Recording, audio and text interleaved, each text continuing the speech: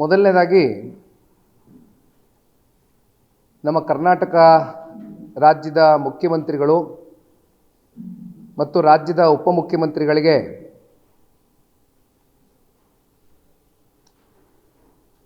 ಅಭಿನಂದನೆಗಳನ್ನ ಸಲ್ಲಿಸಲಿಕ್ಕೆ ಬಯಸ್ತೇನೆ.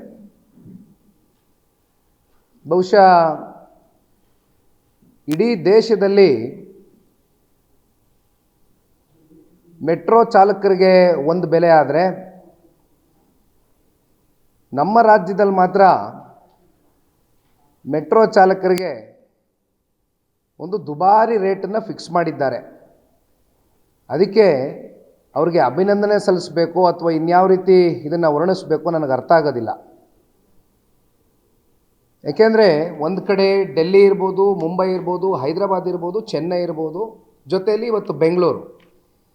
ಒಂದು ಸಣ್ಣದಾಗೆ ಓದಿ ಹೇಳಲಿಕ್ಕೆ ಬಯಸ್ತೇನೆ ನಮ್ಮ ಪತ್ರಿಕಾ ಮಾಧ್ಯಮದ ಮಿತ್ರರಿಗೆ.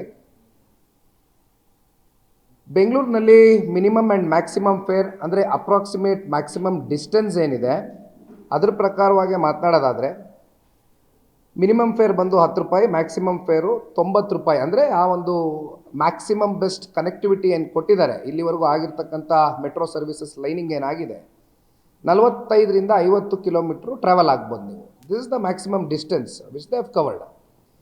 ಇನ್ನು ಡೆಲ್ಲಿ ವಿಚಾರಕ್ಕೆ ಬಂದರೆ ಅಫ್ಕೋರ್ಸ್ ಮಿನಿಮಮ್ ಫೇರ್ ಎಲ್ಲ ಕಡೆ 10 ರೂಪಾಯಿ ಇದೆ.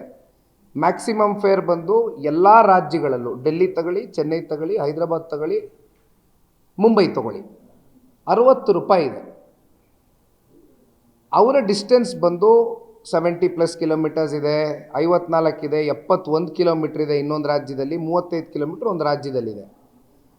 ಅಂದರೆ ಇದನ್ನೆಲ್ಲ ನೋಡಿದಾಗ ಅತ್ಯಂತ ದುಬಾರಿ ದರವನ್ನು ಬೆಂಗಳೂರು ನಗರದ ನಾಗರಿಕರ ಮೇಲೆ ಇವತ್ತು ಮೆಟ್ರೋ ಮೂಲಕ ಈ ರಾಜ್ಯ ಸರ್ಕಾರ ಒಂದು ರೇಟನ್ನು ನಿಗದಿ ಮಾಡಿ ಒಂದು ರೀತಿ ಹಗಲು ದರೋಡೆ ಮಾಡ್ತಕ್ಕಂಥದ್ದಕ್ಕೆ ಪ್ರಯತ್ನವನ್ನು ಮಾಡ್ತಾ ಇರ್ತಕ್ಕಂಥದ್ದು ಭಾಳ ಸ್ಪಷ್ಟ. ಕಳೆದ ಒಂದು 3-4 ದಿನಗಳಿಂದನೂ ಮಾಧ್ಯಮದಲ್ಲಿ ಮೆಟ್ರೋ ಬೆಲೆ ಏರಿಕೆ ವಿಚಾರಕ್ಕೆ ಸಂಬಂಧಪಟ್ಟಂತೆ ಬಹುಶಃ ಅದು 9ನೇ ತಾರೀಕು ಈಗಾಗಲೇ ರಾಜ್ಯ ಸರ್ಕಾರ ಒಂದು ತೀರ್ಮಾನ ತಗೊಂಡಿದೆ.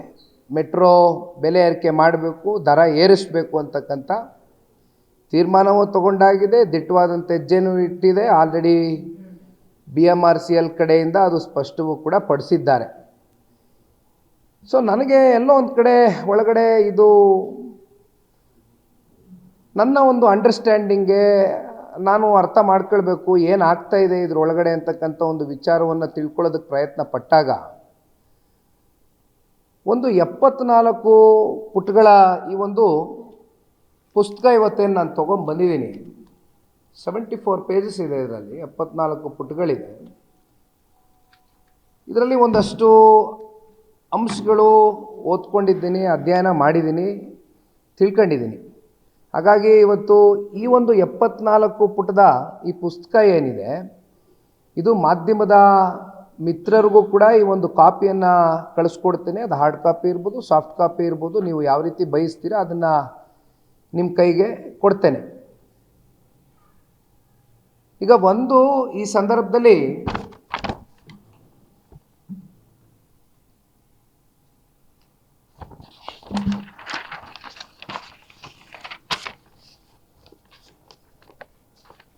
ಫೇರ್ ಫಿಕ್ಸೇಷನ್ ಕಮಿಟಿ FFC ಅಂತ ನಾವೇನು ಕರಿತೀವಿ, ಅವರು ಒಂದು ವರದಿಯನ್ನು BMRCL ಕಡೆಯಿಂದ ಒಂದು ತಯಾರು ಮಾಡ್ತಾರೆ. ಇದು ಸಾರ್ವಜನಿಕರಿಗೂ ಕೂಡ ಈ ಒಂದು ವರದಿ ಏನು ಮಾಡಿದ್ದಾರೆ ಈ ರಿಪೋರ್ಟನ್ನು ಇದನ್ನು ಹೊರಗಡೆ ಇಡ್ತಕ್ಕಂಥ ಒಂದು ಕೆಲಸ ಮಾಡಬೇಕಾಗಿತ್ತು.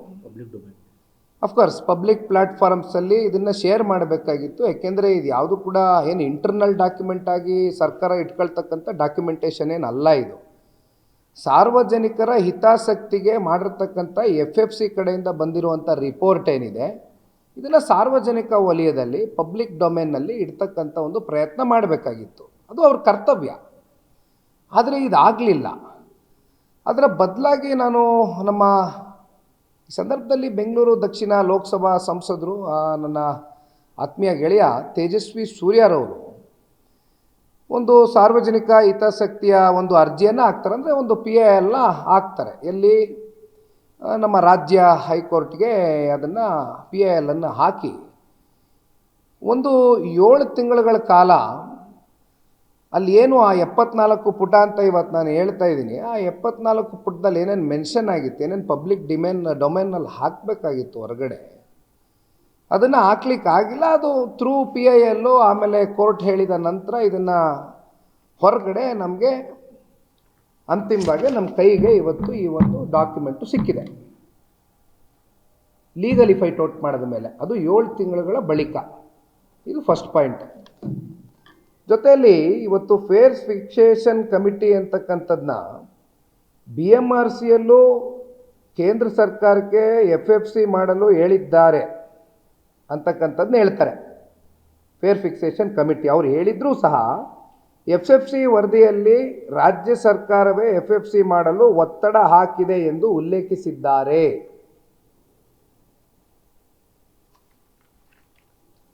FFC ವಿಚಾರವಾಗಿ ನಾವು ಮಾತನಾಡೋದಾದರೆ, ಇವತ್ತೇನು FFCನ ಮಾಡ್ತಕ್ಕಂಥ ಮೂಲ ಉದ್ದೇಶ ಏನು? ಈ ಫೇರ್ ಫಿಕ್ಸೇಷನ್ ಕಮಿಟಿಯನ್ನು ಮಾಡಿರ್ತಕ್ಕಂಥದ್ದು ಪ್ರೈಸ್ ಹೈಕನ್ನು ಮಾಡ್ತಕ್ಕಂಥ ಒಂದು ಮೂಲ ಉದ್ದೇಶದಿಂದ ಮಾಡಿರ್ತಕ್ಕಂಥದ್ದು. ಇದೇನು ಕೇಂದ್ರ ಸರ್ಕಾರದ ಮೇಲೆ ಗೂಬೆ ಕೂಡಿಸ್ತಕ್ಕಂಥದ್ದು ಬೇಡ. ರಾಜ್ಯ ಸರ್ಕಾರದ ಒತ್ತಡದಿಂದ ಇವತ್ತು ಈ ಫೇರ್ ಫಿಕ್ಸೇಷನ್ ಕಮಿಟಿ ಮಾಡಿರೋವಂಥದ್ದು. ಇದು ಭಾಳ ಸ್ಪಷ್ಟ. ಅದು ಯಾರು ನಾವು ಹೇಳ್ತಾ ಇಲ್ಲ, ಇಲ್ಲಿ ಓದ್ತಾ ಹೋಗ್ತೀನಿ ನಾನು. ಅದಕ್ಕೆ ಯಾಕೆಂದರೆ ಇಲ್ಲಿ 74 ಪೇಜಿನ ಪುಟ ಇದೆ. ಇದನ್ನು ನಾನು ನಮಗೆ ಇವತ್ತು ಪ್ರೆಸ್ ಅಡ್ರೆಸ್ಗೆ ಏನು ಅಗತ್ಯತೆ ಇದೆ ಅದನ್ನು ಮಾತ್ರ ನಾನು ಇದರೊಳಗಡೆ ಒಂದಷ್ಟು ಅಂಶಗಳನ್ನ ನಿಮ್ಗೆ ವ್ಯಕ್ತಪಡಿಸ್ಲಿಕ್ಕೆ ಇಷ್ಟಪಡ್ತೇನೆ. ಇದರಲ್ಲಿ ಪೇಜ್ ನಂಬರ್ 27ನಲ್ಲಿ ಚಾಪ್ಟರ್ 4 ಖಂಡಿತ ಅದರಲ್ಲಿ ಯಾವುದೇ ಅನುಮಾನ ಇಲ್ಲ, ಮೆನ್ಷನ್ ಆಗಿದೆ. ಹೇಳ್ತೀನಿ ವರದಿ ಪ್ರಕಾರ. ಅಫ್ಕೋರ್ಸ್ ನಾನು ಬರ್ತೀನಿ ವಿಷಯಕ್ಕೆ ಬರ್ತೀನಿ, ಕೇಳಿಸ್ಕೊಳ್ಳಿ ದಯವಿಟ್ಟು.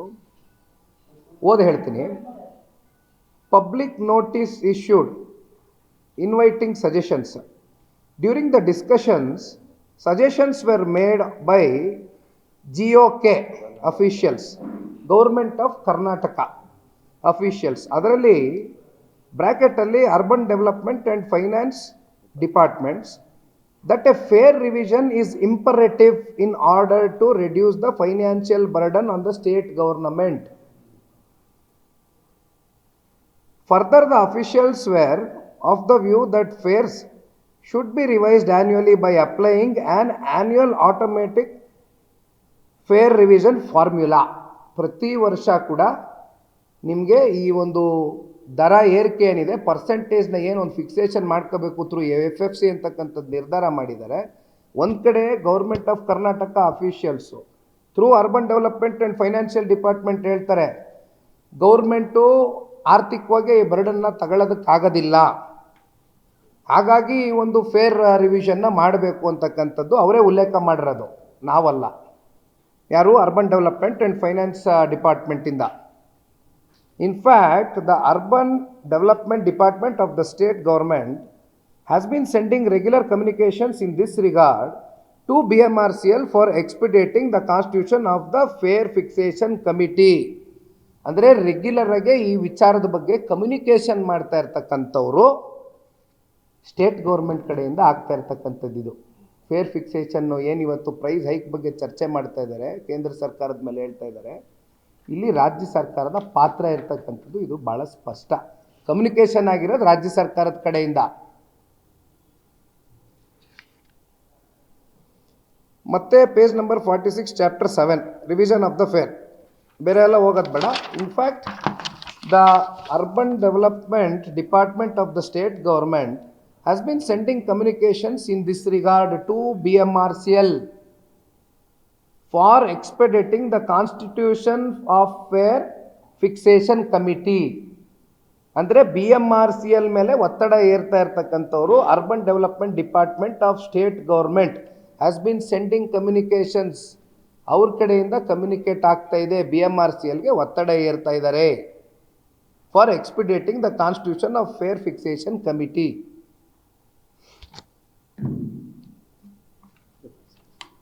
ಜೊತೆಯಲ್ಲಿ ಇವತ್ತು ಈ BMRCLನ initial fare fixation committee and constitution of this fare fixation committee government of India ಕೇಂದ್ರ ಸರ್ಕಾರ ಮಾಡಿರುವ FFC ಸದಸ್ಯರು ಯಾರ್ಯಾರಂದರೆ, ಒಂದು chairman justice R Tarani, former judge Madras high court, members ಇರ್ತಕ್ಕಂಥವ್ರು Shri Satindra Pal Singh, additional secretary ministry of housing and urban development, doctor EV Raman Reddy, retired ACS commerce and industry department GOK government of Karnataka. ಇಲ್ಲಿ 2017ರಿಂದ metro ದರ ಏರಿಕೆ ಆಗಿರಲಿಲ್ಲ. ಫ್ರಮ್ 2017 FFC ವರದಿ ಪ್ರಕಾರ ಅವರೇ ಸಾರ್ವಜನಿಕರ ಒಂದು ಅಭಿಪ್ರಾಯ ಸಂಗ್ರಹಣೆ ಮಾಡಬೇಕು ಅಂತಕ್ಕಂಥದ್ದು FFC ತೀರ್ಮಾನ ಮಾಡ್ತಾರೆ. ಆಗ ಇವರೇನು ಮಾಡ್ತಾರೆ, ಇಲ್ಲಿ ಬಹುಶಃ ಒಂದಷ್ಟು ಕಡೆ ಅಡ್ವರ್ಟೈಸ್ಮೆಂಟ್ಸ್ಗಳು, ಒಂದಷ್ಟು ಕಡೆ ಹೋರ್ಡಿಂಗ್ಸ್ನು ಕೂಡ ಪ್ರೆಸೆಂಟ್ ಮಾಡ್ತಾರೆ. ಎಲ್ಲಿ ನಿಮ್ಮ ಮೆಟ್ರೋ ಸ್ಟೇಷನ್ಸ್ನಲ್ಲಿ ಒಂದಷ್ಟು ಹೋರ್ಡಿಂಗ್ಸು ಪ್ಲಸ್ಸು ಒಂದಷ್ಟು ಪೇಪರ್ಗಳಲ್ಲಿ ಒಂದಷ್ಟು ಆ್ಯಡ್ಸ್ನ ಹಾಕ್ತಾರೆ. ಏನು ಈ ಪ್ರೈಸ್ ಫಿಕ್ಸೇಷನ್ನ ಮಾಡಿದ್ರೆ ಸೂಕ್ತನ ಅಥವಾ ಮಾಡಬಾರ್ದ ಅಂತಕ್ಕಂಥ ಚರ್ಚೆ ಆದಾಗ ಅದರಲ್ಲಿ 1126 ಜನ ಭಾಗಿಯಾಗ್ತಾರೆ. ಆ ಒಂದು ಏನು ಪಬ್ಲಿಕ್ ಒಪಿನಿಯನ್ನ ಜನರೇಟ್ ಮಾಡ್ತಕ್ಕಂಥದ್ದಕ್ಕೆ, ಸಾರ್ವಜನಿಕವಾಗಿ ಅಭಿಪ್ರಾಯವನ್ನು ಸಂಗ್ರಹಣೆ ಮಾಡ್ತಕ್ಕಂಥದ್ದಕ್ಕೆ. ಅದರಲ್ಲಿ 27% ಜನ ರೀಸನಬಲ್ಲಾಗೆ ಮಾಡ್ತಕ್ಕಂಥದ್ದಾದರೆ ಮಾಡಬಹುದು ಅಂತ ಹೇಳ್ತಾರೆ. ಅದರಲ್ಲಿ ಮಿಕ್ಕಂಥ 51% ಆಫ್ ದೆಮ್, 1126 ಜನ ಏನು ಪಬ್ಲಿಕ್ ಒಪಿನಿಯನ್ ಜನರೇಟ್ ಆಗುತ್ತೆ, ಅದರಲ್ಲಿ 51% ಜನ ಈ ಒಂದು ಪ್ರೈಸ್ನ ಹೈಕ್ ಮಾಡಬೇಡಿ, ನಮಗೆ ತಡ್ಕೊಳ್ಳೋಕ್ಕಾಗೋದಿಲ್ಲ ಅನ್ನೋದು ಭಾಳ ಸ್ಪಷ್ಟವಾಗಿ ಹೇಳ್ತಾರೆ. ನೋಡಿ, ಅದು ಕೂಡ ಓದ್ತೀನಿ. The last date for receiving feedback from metro commuters on the revision of metro fares was extended up to 28th October 2024 and the same was published in the various newspapers. Till the last date, a total of 1126 responses were received. It was found that out of the total feedback received for fare increase, 27% of commuters were in the favor of reasonable increase of the fare and 51% were not in favor of fare increase ಅಂತ ಬಹಳ ಸ್ಪಷ್ಟವಾಗಿ ಇದರಲ್ಲಿ ಆ ವರದಿ ಮೂಲಕ ಉಲ್ಲೇಖ ಆಗಿದೆ.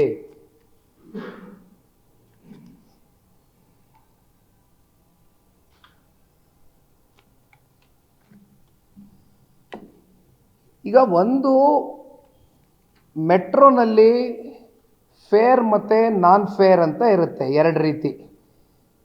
ಒಂದು, ಈ ಫೇರನ್ನು ಫಿಕ್ಸ್ ಮಾಡ್ತಕ್ಕಂಥದ್ದು ಏನು ರೆಗ್ಯುಲರ್ ಕಮ್ಯೂಟರ್ಸು, ಪ್ರತಿನಿತ್ಯ ನಾಗರಿಕರು ಮೆಟ್ರೋನಲ್ಲಿ ಟ್ರಾವೆಲ್ ಆಗ್ತಾರೆ, ಅದು ಆ ಟಿಕೆಟಿಂದ ಬರ್ತಕ್ಕಂಥದ್ದನ್ನು ನಾವು ಒಂದು ಫೇರ್ ಅಂತ ತಗೋಬೋದು. ಇನ್ನೊಂದು ನಾನ್ ಫೇರ್ ಬಂದು ಒಂದು ಕಡೆ ಪಾರ್ಕಿಂಗ್ ಇರ್ಬೋದು, ಅಡ್ವರ್ಟೈಸ್ಮೆಂಟ್ಸ್ ಇರ್ಬೋದು, ಅಥವಾ ನಮ್ಮ ರೆಂಟಲ್ ಔಟ್ಲೆಟ್ಗಳೇನು ಬರುತ್ತೆ ಅದರಿಂದ ಬರ್ತಕ್ಕಂಥ ಆದಾಯ, ಎರಡೇ ಆದಾಯ ನಮಗೆ ಬರೋದು, ಒಂದು ಫೇರ್ ಆ್ಯಂಡ್ ನಾನ್ ಫೇರ್. ಒಂದು ಕ್ಲಿಯರ್ ಅಂಡರ್ಸ್ಟ್ಯಾಂಡಿಂಗ್ ಮಾಡ್ಕೊಳ್ಳೋಣ, fair and non fair. Fair ಅಂದರೆ ನಮ್ಮ ಕಮ್ಯೂಟರ್ಸು ಪ್ರತಿನಿತ್ಯ ಏನು ಟ್ರಾವೆಲ್ ಆಗ್ತಾರೆ ಮೆಟ್ರೋನಲ್ಲಿ, ಅವ್ರಿಗೆ ಟಿಕೆಟ್ ಮೂಲಕ ಅವರು ಕಟ್ತಕ್ಕಂಥ ಒಂದು ದುಡ್ಡೇನಿದೆ ಅದನ್ನು ಫೇರ್ ಅಂತೀವಿ. ನಾನ್ ಫೇರ್ ಅಂದರೆ ಅಫ್ಕೋರ್ಸ್ ಅಡ್ವರ್ಟೈಸ್ಮೆಂಟ್ಸ್ ಇರ್ಬೋದು, ಅಂದರೆ ನಿಮಗೆ ಮೆಟ್ರೋ ಸ್ಟೇಷನ್ನಲ್ಲಿ ಹಾಕುವಂಥ ಅಡ್ವರ್ಟೈಸ್ಮೆಂಟ್ಗಳಿರ್ಬೋದು, ಅಥವಾ ಪಾರ್ಕಿಂಗ್ ಲಾಟ್ನಲ್ಲಿ ತೊಗೊಳ್ತಕ್ಕಂಥ ಚಾರ್ಜಸ್ ಇರ್ಬೋದು, ಅಥವಾ ನಮ್ಮ ರೆಂಟಲ್ ಔಟ್ಲೆಟ್ಗಳೇನಿದೆ ಅದರಲ್ಲಿ ಬರ್ತಕ್ಕಂಥ ಆದಾಯ ಇರ್ಬೋದು. ಇದು ನಾನ್ ಫೇರ್ ಆ್ಯಂಡ್ ಫೇರ್ ಅಂತ ಡಿಸ್ಕ್ರಿಪ್ಷನ್ ನಾವು ಮಾಡ್ಬೋದು. ಇಲ್ಲಿ ಪ್ರಮುಖವಾದಂಥ ವಿಚಾರ ನಾನು ತಿಳಿಸ್ಲಿಕ್ಕೆ ಬಯಸ್ತೇನೆ.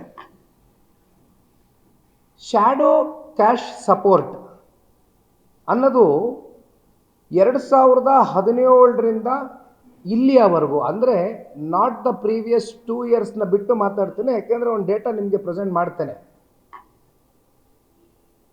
ಇಲ್ಲಿ ಓದ್ಬಿಡ್ತೀನಿ ಅದಕ್ಕಿಂತ ಮುಂಚಿತವಾಗಿ. ಪೇಜ್ ನಂಬರ್ 9 ಚಾಪ್ಟರ್ 3ನಲ್ಲಿ fare revision proposal of BMRCL.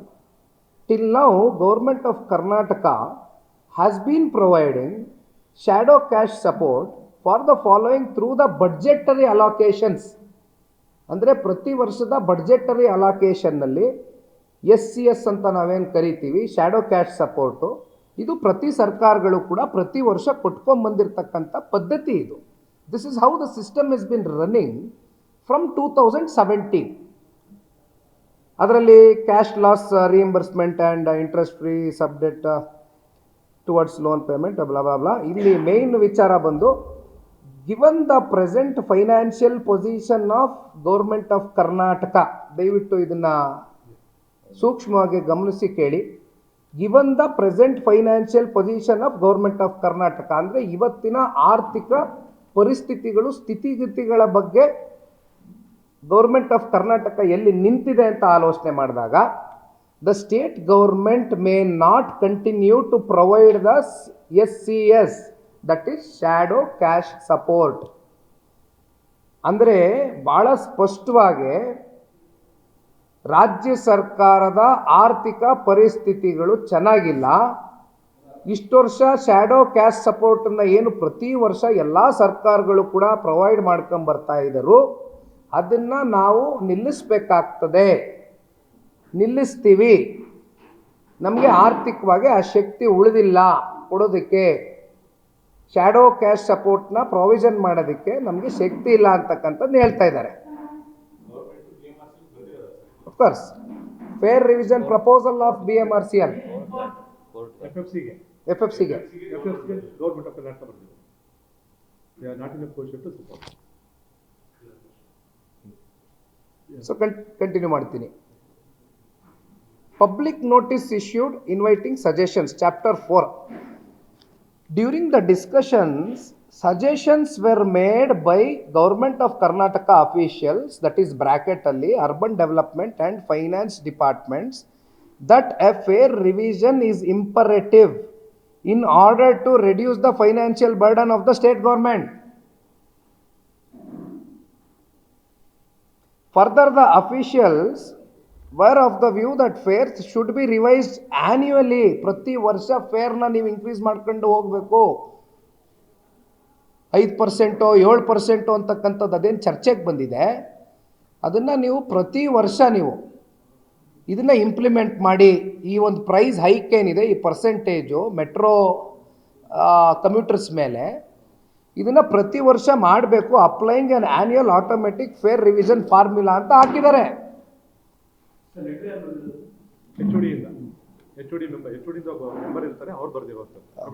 The Urban Development Department of the state government has been sending regular communications in this regard to BMRCL for expediting the constitution of the Fair Fixation Committee. ಮತ್ತೆ chapter 7 revision of the fair, ಇದು ಒಂದು ವಿಚಾರ ಓದ್ತೀನಿ. ಮತ್ತೆ officials from both of the finance and the urban development departments of the government of Karnataka have brought to the attention of the Fair Fixation Committee the immediate need for upward revision of fares in order to reduce the financial burden. ಈ ಕೂಡಲೇ ನೀವು percentage ಹೈಕನ್ನು ಮಾಡಿ, immediate ಆಗಿ ಮಾಡಬೇಕು. ಮತ್ತೆ ಹೇಳ್ತೀನಿ, immediate need for the upward revision of fares, ಈ ಕೂಡಲೇ ಮಾಡಬೇಕು ನೀವು, in order to reduce the financial burden on state government. ರಾಜ್ಯ ಸರ್ಕಾರದ ಮೇಲೆ ಆರ್ಥಿಕ ಒತ್ತಡಗಳಿದೆ, ಈ ಕೂಡಲೇ ನೀವು ಪರ್ಸೆಂಟೇಜ್ನ ಕಮ್ಯೂಟರ್ಸ್ ಮೇಲೆ ಇನ್ಕ್ರೀಸ್ ಮಾಡಿ, ದರವನ್ನು ಏರಿಸಿ ಮೆಟ್ರೋ ಚಾಲಕರ ಮೇಲೆ ಅಂತಕ್ಕಂಥದ್ದು ಭಾಳ ಸ್ಪಷ್ಟವಾಗಿ ಉಲ್ಲೇಖ ಆಗಿದೆ ಈ ಒಂದು ವರದಿಯಲ್ಲಿ.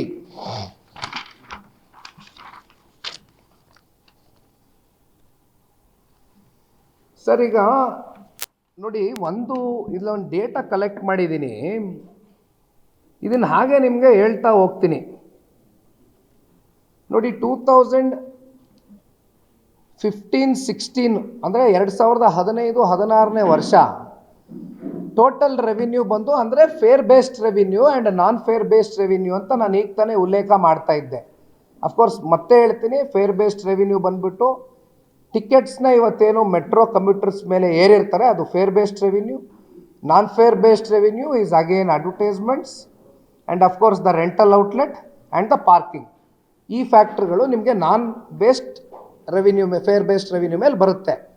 ಇಲ್ಲಿ ನೋಡಿ, ಪ್ರತಿ ವರ್ಷ ಫ್ರಮ್ 2017-18 ಪ್ರತಿ ವರ್ಷ ನೋಡಿ ನಿಮಗೆ, ಇವತ್ತು ನಾನೇನು SCS ಬಗ್ಗೆ ಮಾತಾಡಿದೆ, 200 ಕೋಟಿ ಪ್ರಾವಿಷನ್ ಮಾಡ್ಕೊಂಡು ಹೋಗಿದ್ದಾರೆ ಪ್ರತಿ ವರ್ಷ. 2017-18 202 ಕೋಟಿ ಕೊಟ್ಟಿದ್ದಾರೆ ಸರ್ಕಾರ. 2017-18 2018-19 ಬಂದು 116 ಕೋಟಿ ಕೊಟ್ಟಿದ್ದಾರೆ. ಅಲ್ಲಿಂದ ಏನಾಗುತ್ತೆ, 2 ವರ್ಷ ಕೋವಿಡ್ ಬರುತ್ತೆ, ಜಾಸ್ತಿ ಜನ ಟ್ರಾವೆಲ್ ಆಗೋದಿಲ್ಲ ಮೆಟ್ರೋನಲ್ಲಿ. ಕೋವಿಡ್ ಬಂದಾಗ ನಿಮಗೆ ಗೊತ್ತು ಪರಿಸ್ಥಿತಿಗಳೇನಿತ್ತು, ಲಾಕ್ಡೌನ್ಸ್ ಇತ್ತು, ಜಾಸ್ತಿ ಜನ ಓಡಾಡ್ಲಿಕ್ಕೆ ಆಗ್ತಾ ಇರಲಿಲ್ಲ. ಹಾಗಾಗಿ ಅಲ್ಲಿ ಮಾತ್ರ ಕಮ್ಮಿ ಆಗಿದೆ. ಬಿಟ್ಟರೆ ಅಗೇನ್ ಅಲ್ಲೊಂದು 50 ಕೋಟಿ ಕೊಟ್ಕೊಂಡಿದ್ದಾರೆ, ಬಿಕಾಸ್ ಜನ ಓಡಾಟ ಮಾಡೇ ಇಲ್ಲ. ಮತ್ತು 2021 ಮತ್ತು 22 200 ಕೋಟಿ ಕೊಟ್ಟಿದ್ದಾರೆ.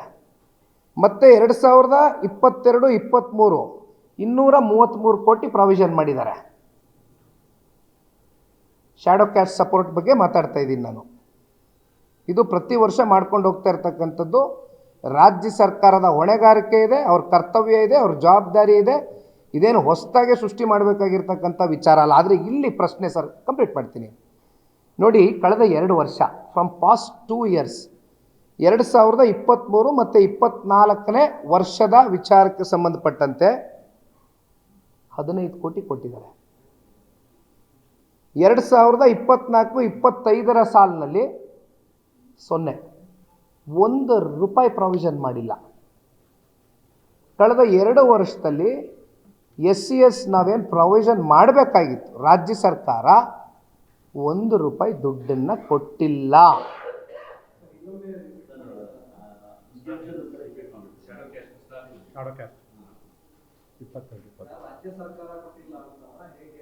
ಅಫ್ಕೋರ್ಸ್ ಇದು ರಾಜ್ಯ ಸರ್ಕಾರದ ಅಂಡರ್ ಬರ್ತಕ್ಕಂಥದ್ದು. ಇದು ರಾಜ್ಯ ಸರ್ಕಾರ ಇಲ್ಲಿವರೆಗೂ ಸರ್, ನಾನು ಇದು ಪ್ರೊವೈಡ್ ಮಾಡ್ತೀನಿ ನಿಮಗೆ ಸಂಪೂರ್ಣವಾಗಿ. ನಿಮಗೆ ಈ 74 ಪೇಜಿನ ಸಾಫ್ಟ್ ಕಾಪಿ, ಹಾರ್ಡ್ ಕಾಪಿ ಎರಡೂ ನಾನು ಕಳಿಸ್ಕೊಡ್ತೀನಿ. ದಯಮಾಡಿ ಇನ್ನೊಂದ್ಸಲಿ ಹೇಳ್ತೀನಿ ಕೇಳಿ ಸರ್, ಇದು ಇನ್ನೊಂದ್ಸಲಿ ಓದ್ಬಿಡ್ತೀನಿ ಸರ್. ಈಗ total revenue, fare based revenue, non fare based revenue, total expenses, profit or loss before tax ಅದು ಬಿಟ್ಬಿಡಿ. ನಾನು ಬರೀ ಇಷ್ಟು ಮಾತ್ರ ನಿಮ್ಗೆ ಓದಿ ಹೇಳ್ತೀನಿ. 2017ರಿಂದ ತಗೊಳ್ಳೋದಾದರೆ ಟೋಟಲ್ ರೆವಿನ್ಯೂ ಜನ್ರೇಷನ್ನು ಬಿಟ್ಬಿಡಿ, ನೀವು ಫೇರ್ ಬೇಸ್ಡ್ ಬಂದು ಅಫ್ಕೋರ್ಸ್ ಈ ಇದರಲ್ಲಿ 200 ಕೋಟಿ ಕೊಟ್ಟಿದ್ದಾರೆ 2017-18 ಸಾಲಿನಲ್ಲಿ. ಅವತ್ತಿನ ಸರ್ಕಾರ, ಅಂದಿನ ಸರ್ಕಾರ ಹೌದು. 24-25 1 ರೂಪಾಯಿ ಕೊಟ್ಟಿಲ್ಲ, 23-24 1 ರೂಪಾಯಿ ಕೊಟ್ಟಿಲ್ಲ. 17ಇಂದ ಹೇಳ್ಕೊಂಬರ್ತೀನಿ. 2017-18 ವರ್ಷ 202 ಕೋಟಿ ಕೊಟ್ಟಿದ್ದಾರೆ.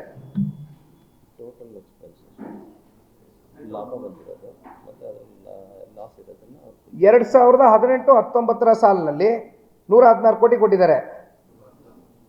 2019 ಮತ್ತು 20, 2020-21 ನಿಮಗೆ ಗೊತ್ತಿತ್ತು, ಕೋವಿಡ್ ಬಂದಿತ್ತು. ಕೋವಿಡ್ ಬಂದಾಗ ನಾವೆಲ್ಲ ಲಾಕ್ಡೌನ್ನಲ್ಲಿದ್ವಿ.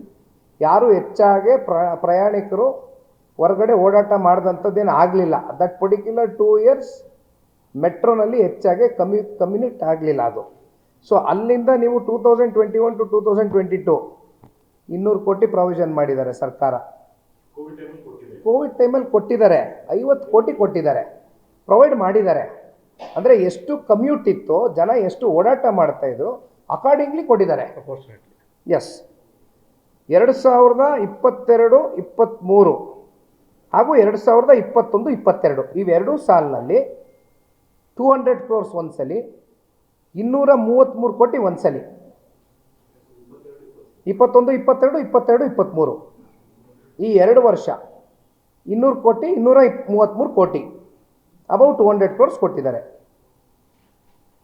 Shadow cash support. 2023-24 15 ಕೋಟಿಗೆ ಇಳಿಸಿದ್ದಾರೆ ಈ ಸರ್ಕಾರದಲ್ಲಿ.